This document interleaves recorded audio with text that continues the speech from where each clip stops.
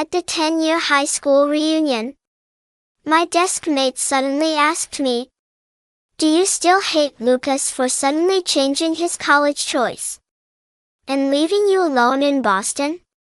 I smiled and swirled the wine in my glass. I stopped hating him long ago. If I hadn't gone to Boston alone, I wouldn't have abandoned my love-struck brain to focus on my studies and successfully get my master's. I casually revealed the ring on my finger. "I'm getting married next month. Everyone is welcome to come." Honestly, I have to thank him. As soon as these words came out, the private room fell silent. Everyone looked at the man who crushed the wine glass in his hand. His eyes were terrifyingly red, staring dead at me, blood mixed with wine dripping down. I was surprised by his breakdown. After all, 2 hours before the commitment deadline back then, just because of one sentence from the prom queen, he suddenly changed his choice from MIT architecture to UCLA. The class group chat exploded instantly. "What about his little tail, Clara? You two swore to be the MIT twin stars since middle school." Lucas seemed to just remember this, his reply carrying a careless smile. "She has my account password. She definitely saw I changed it immediately. She'll change hers too. For so many years. When has she ever truly left me? Lucas, you're the man as expected of you. Clara is your human accessory. She carried your shoes and water for every game in high school. How could she bear to separate?" I didn't listen any further. I turned around, stuffed the sneakers I just retrieved for Lucas into his locker, and left the gym silently. That day, I didn't log into the account carved in my brain again. Nor did I follow him to change my choice from MIT to UCLA. He probably didn't know he could go to LA for Jessica's insecurity. And I also had a distance I must reach. That dream that supported me through countless nights of drawing was never just for him. Getting into MIT architecture together was an oath we made while munching on Cheetos on the old playground. In 8th grade, a week before the application deadline, our parents even sat together carefully circling the admission plans. Now he changed it lightly, too lazy to even say hello. In the class group chat, Dave was still asking Lucas, "Are you sure Clara will log into your account to check again? What if she didn't notice at all?" Lucas scoffed with a habitual certainty. "More than just checking. Don't I know her? She checks 10 times a day. Cares more about mine than her own. Afraid of any mistake that would separate us."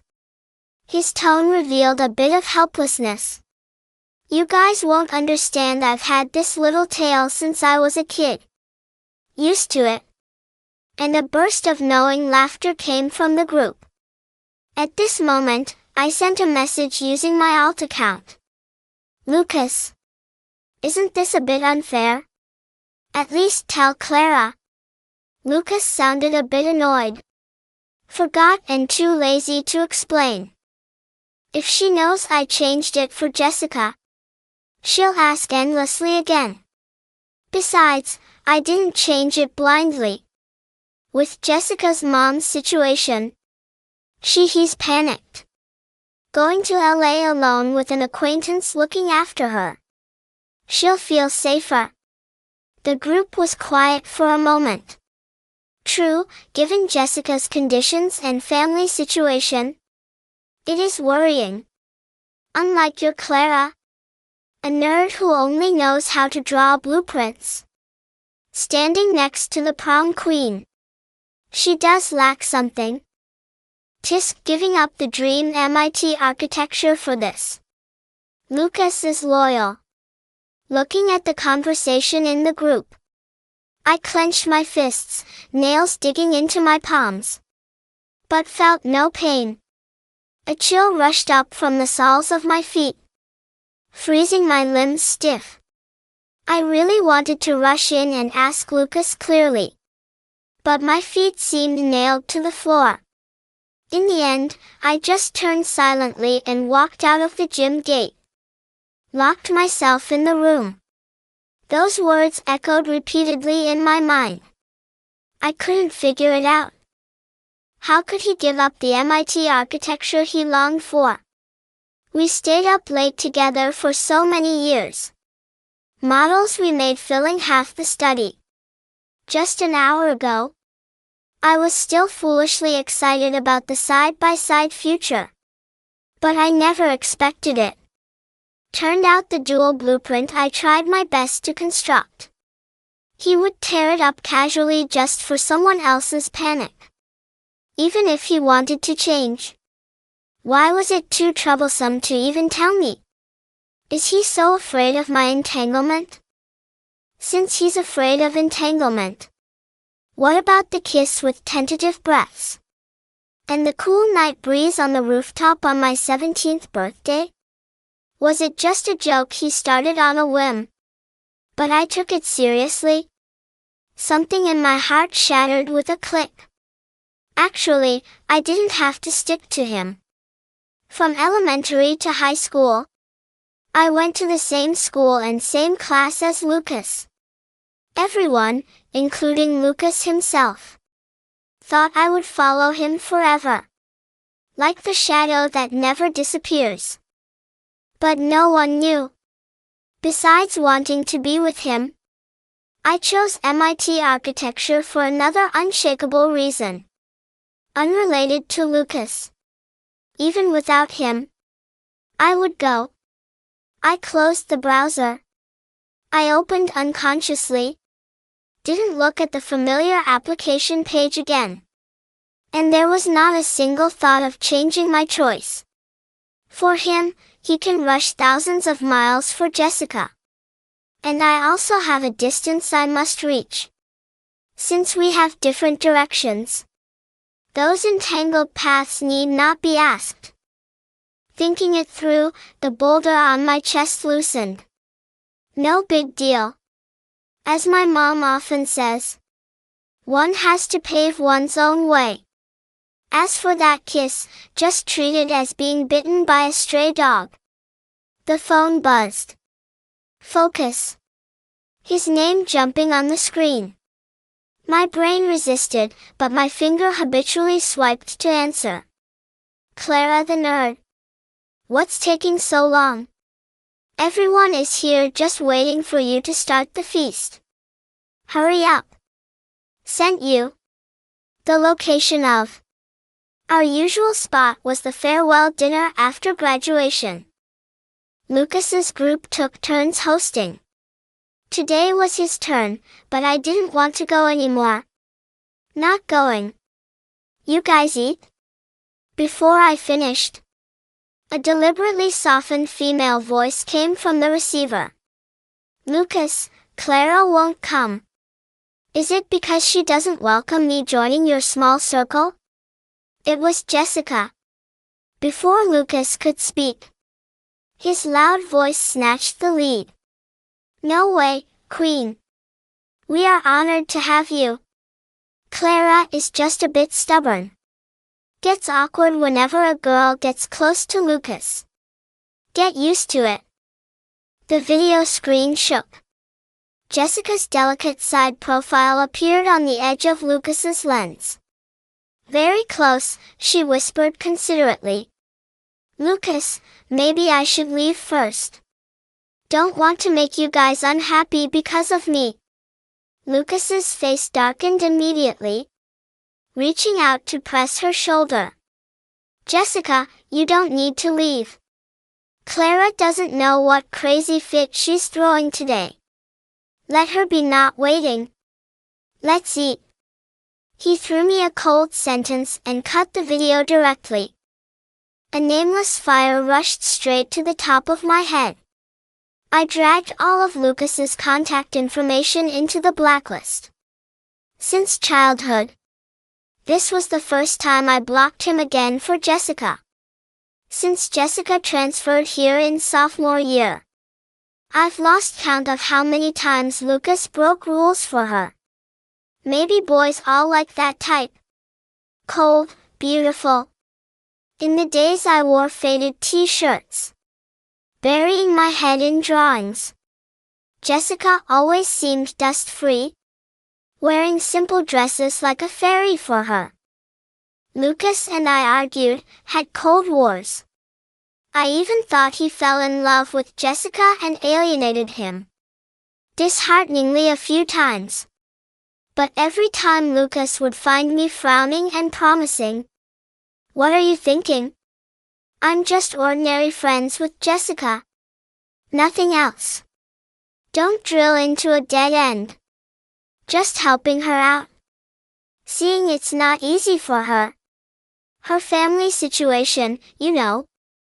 Glamorous on the surface, how much gossip behind the back." I believed Lucas. Jessica's mother was seriously ill. Father ran away with money, leaving the mother and daughter struggling.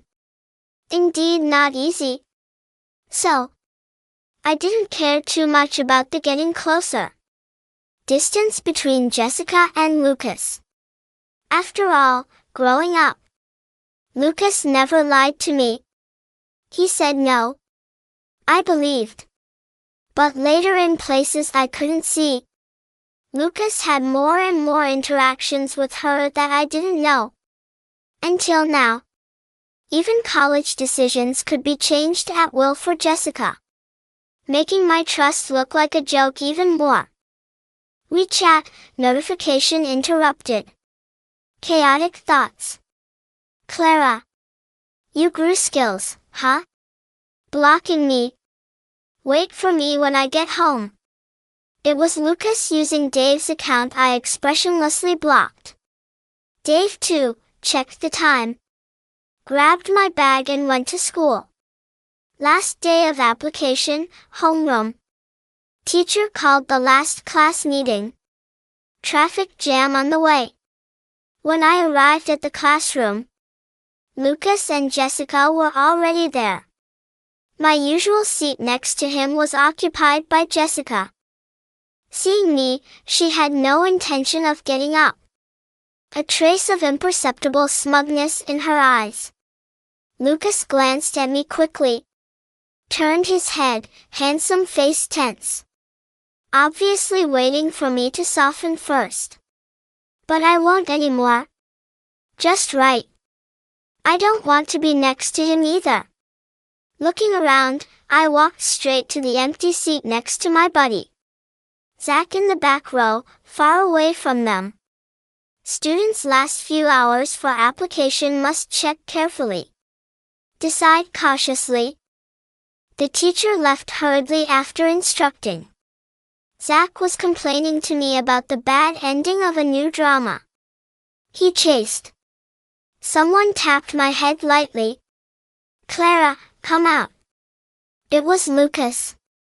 I turned, meeting his slightly angry eyes, moved my gaze away, ignored him, continued listening to Zach's complaints. Lucas grabbed my shoulder, forcing me to face him. "Clara, how long are you going to make a scene?"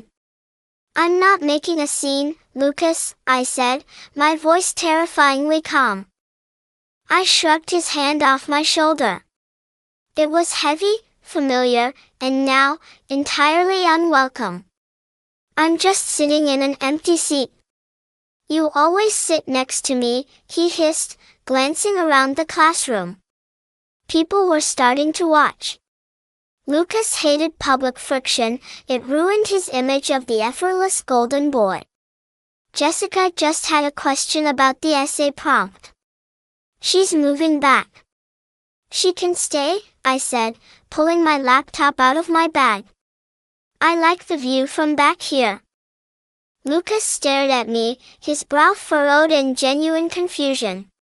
He wasn't used to resistance. He was used to gravity, my gravity, always pulling me toward him. He leaned down, lowering his voice. Look, about last night. I know you're mad I didn't wait for you. But Jessica was having a panic attack about her mom. She needed distraction. You know how you get when you're drawing, you wouldn't have wanted to go anyway. You know how you get. The way he categorized me. Clara the nerd. Clara the unbothered. Clara the furniture. It's fine, Lucas, I said, opening a browser window. Go sit down. You have applications to finalize. I already submitted mine, he said, a smug little grin touching the corner of his mouth. MIT, baby. We're going to run that campus. The lie hung in the air between us, invisible and suffocating. He looked me dead in the eye and lied without blinking. He had already changed his application to UCLA.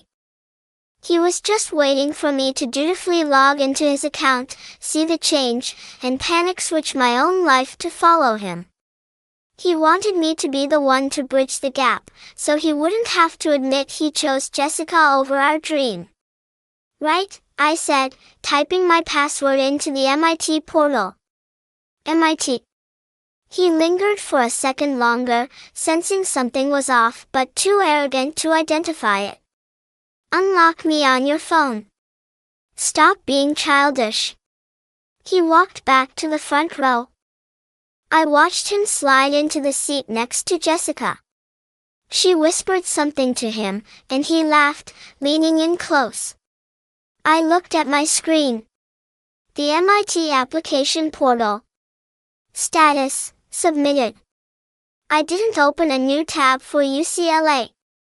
I didn't check Lucas's account.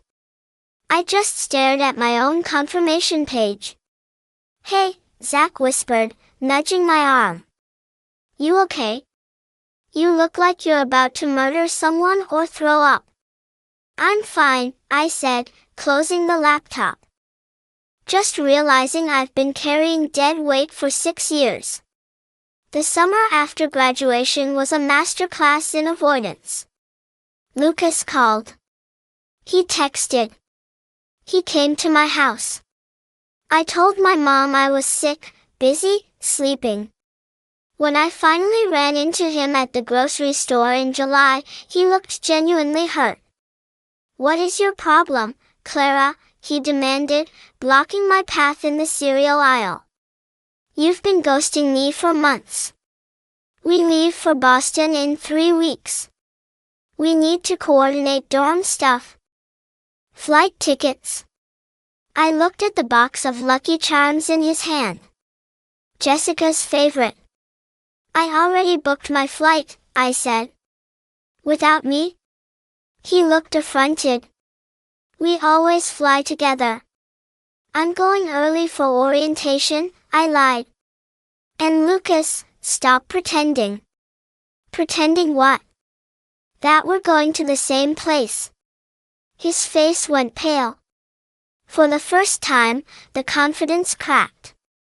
You checked my account? No, I said. I didn't need to. The group chat, Lucas. You aren't as discreet as you think. He flushed red. Clara, listen.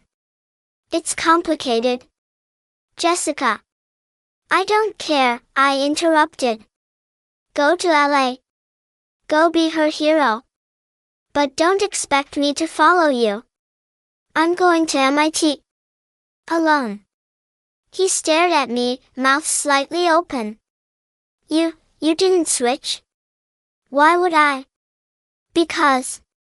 He struggled for words. Because we're us. The twin stars. You can't do MIT without me. You hate the cold. You get lonely. I'll buy a coat, I said, stepping around him. Have a nice life, Lucas. I walked away. I didn't look back. I didn't see him drop the cereal box. I just kept walking until I was in my car, and then I screamed until my throat tasted like copper. Part 3, Boston Cold. Boston was brutal. The first winter, I thought I would die. Not from the cold, but from the silence. My phone, which used to buzz incessantly with Lucas's memes and complaints, was quiet. I had blocked him everywhere, but the phantom vibration still haunted my thigh. I threw myself into work. Studio culture at MIT was intense. We slept under desks, ate vending machine dinners, and bled X-Acto knife cuts onto chipboard models. I made friends. There was Ben, a structural engineering genius who made terrible puns. There was Sarah, a landscape architect who introduced me to gin and tonics. And then there was no one, because I was too busy. Sophomore year, I heard through the grapevine, Dave, who I hadn't blocked, that Lucas and Jessica had broken up. Apparently, the acquaintance looking after Jessica in LA was a 28-year-old producer who could do more for her career than a freshman architecture student. Lucas was devastated. He transferred to a local college in California, dropped architecture, and switched to business. I felt a pang of pity, but it was distant, like reading about a disaster in a foreign country. I was building my own world. In my junior year, I met Ethan. He was a doctoral student in urban planning. He was quiet, serious, and wore sweaters that smelled like old books and cedar. He didn't ask me to carry his water.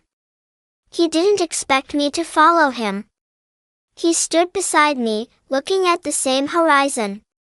We met in the library at 2 a.m. I was crying over a structural failure in my thesis model. He wordlessly handed me a tube of superglue and a coffee. "It's not the glue," he said gently, pointing at the beam. "It's the load distribution. Shift the axis." I did. It held. We started getting coffee. Then dinner.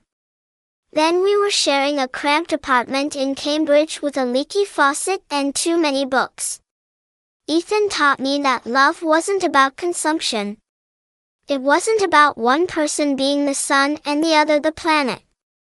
It was about two stars in orbit, generating their own heat. I got my master's. Ethan got his PhD. 10 years passed in the blink of an eye. Part 4, The Reunion. The invitation came by email. Class of 2014, 10-year reunion. My first instinct was to delete it. But Ethan saw it over my shoulder. "You should go," he said, massaging my neck. "You've got that award ceremony in New York next week anyway. It's on the way." "I don't care about those people," I said. "You care about one of them," Ethan said softly. "You still have that box of letters in the closet." He wasn't jealous. He was just right. I needed to close the door properly. I needed to see that the monster under the bed was just a pile of old clothes. So I went. The gym looked smaller. The smell of floor wax and desperation was the same. When I walked in, the room went quiet. I wasn't Clara the nerd anymore. I was Clara the partner at a prestigious Boston firm. My hair was cut into a sharp, chic bob. I wore a tailored black jumpsuit and stilettos that clicked with authority. "Clara?" It was Dave. He looked older, heavier. "Holy crap. You look amazing." "Thanks, Dave." And then, I saw him. Lucas was sitting at the center table, holding court. He looked good. Still handsome, in that rugged, peaked in high school way. but there was a hardness around his eyes. He wore a suit that was slightly too shiny. He saw me. He stopped mid-sentence. He stood up, knocking his chair over. Clara. He walked toward me, parting the crowd. For a second, I felt the old pull. The gravity. But then I touched the ring on my finger, and the gravity vanished. Hello, Lucas, I said. He stopped a foot away. He looked like he wanted to hug me, but something in my posture stopped him. You came, he said, his voice thick. I was in the neighborhood. We sat down. The old clique gathered around, sensing drama. They wanted the twin stars reunion. They wanted tears and recriminations. That's when my desk mate asked the question. Do you still hate him? And I answered. I stopped hating him long ago. Lucas stared at me, the wine glass shattering in his hand. Blood dripped onto the white tablecloth. Married? He choked out. Next month? Yes, I said, handing him a napkin. His name is Ethan. He's wonderful. Lucas laughed. It was a jagged, broken sound. Ethan? Does he know? Does he know you belong to me? The room gasped. I never belonged to you, Lucas, I said calmly. I was your friend. You treated me like an accessory. And when you threw me away, I found out I was the main character of my own life. I didn't throw you away. Lucas slammed his fist on the table. I did it for us. I went to LA to help Jessica so she wouldn't kill herself, and I thought you would come. I waited for you, Clara. Every day for 4 years, I waited for you to transfer. You waited for me to fix your mistake, I corrected him. You wanted me to come to LA and make it okay that you gave up your dream. You wanted me to validate your martyrdom. I loved you, he shouted. Tears were streaming down his face now. It was pathetic and terrifying. I always loved you. Why didn't you fight for me? Because you didn't fight for me, I said. You didn't even tell me you were leaving. I stood up.